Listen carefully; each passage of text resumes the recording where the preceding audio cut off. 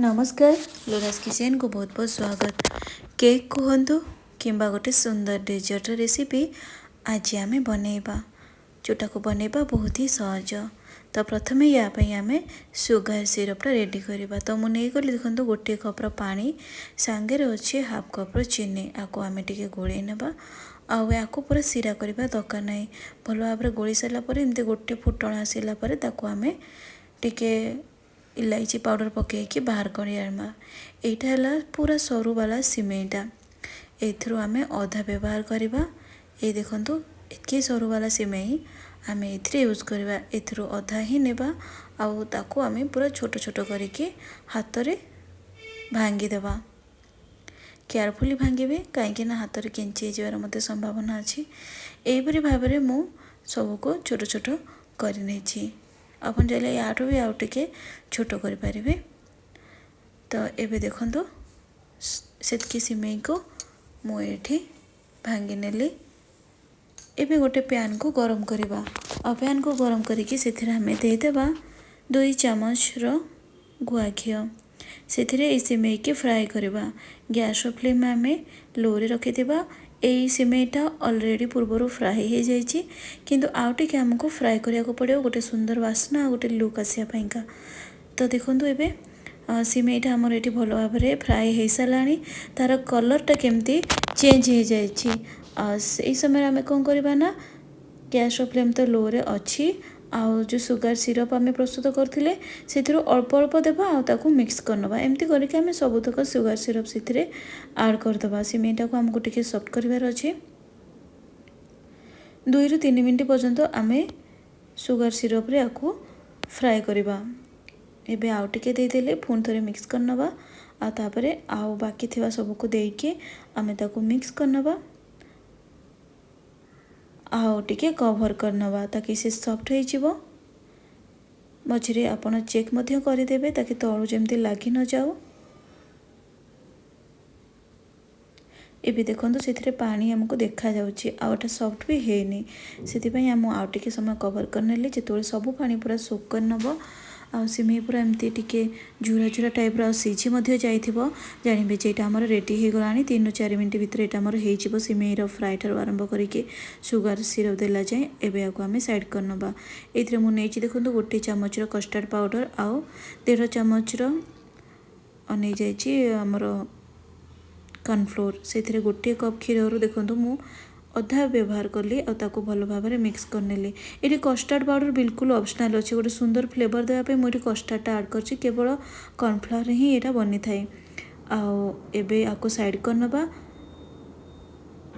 एबे से आम 1.5 कप्र क्षीर को गरम करवा से सस्पेन जो थे आम सुगर सिरप बनई से सस्पेन आम 1.5 कप्र क्षीर को आड कर सारापर 1 चामच चीनी की देदेबा।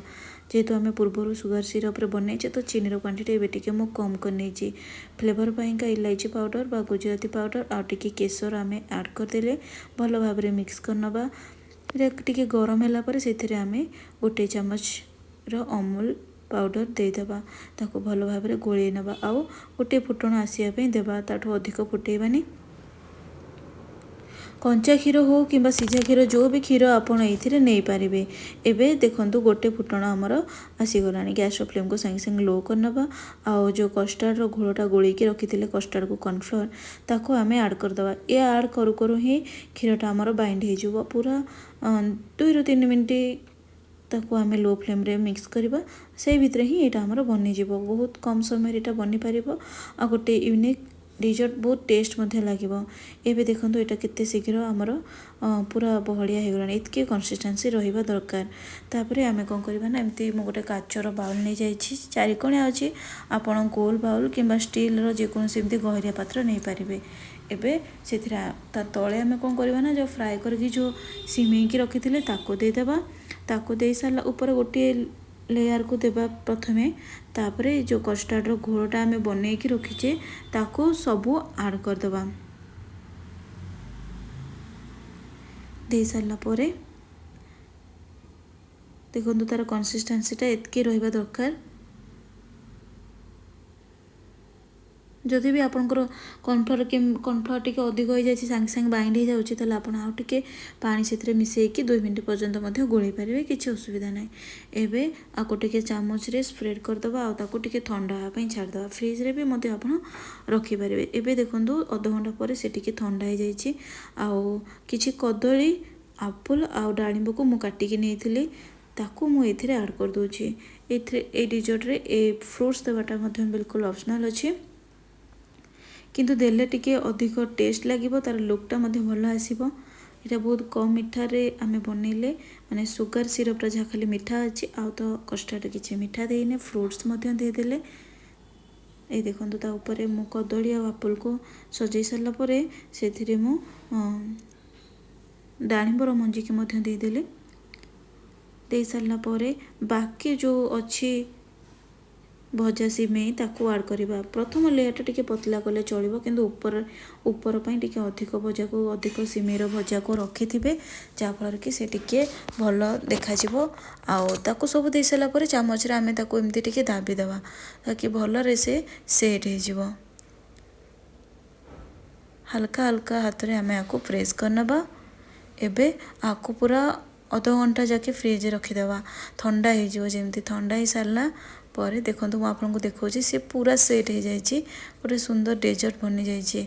आपको आम कट करनबा आप चाहिए 1 घंटा कि ताठू अधिक समय फ्रिज रखिपारे किंतु मिनिमम आम अध घंटा ही रखा तापर ताकू आप प्रोसेस रे कट करें छोट छोट बाउल जब बनई थे तो डायरेक्ट खाई पारे। यहाँ बहुत ही टेस्ट लगे। ये देखो केते सुंदर है साइड रू देखा तार लेयरटा केते भल होइछि। जदि आपण मानक भिडियोटी भल लगी ताहले लाइक कमेंट मो चैनल को प्लीज सब्सक्राइब करनेबे।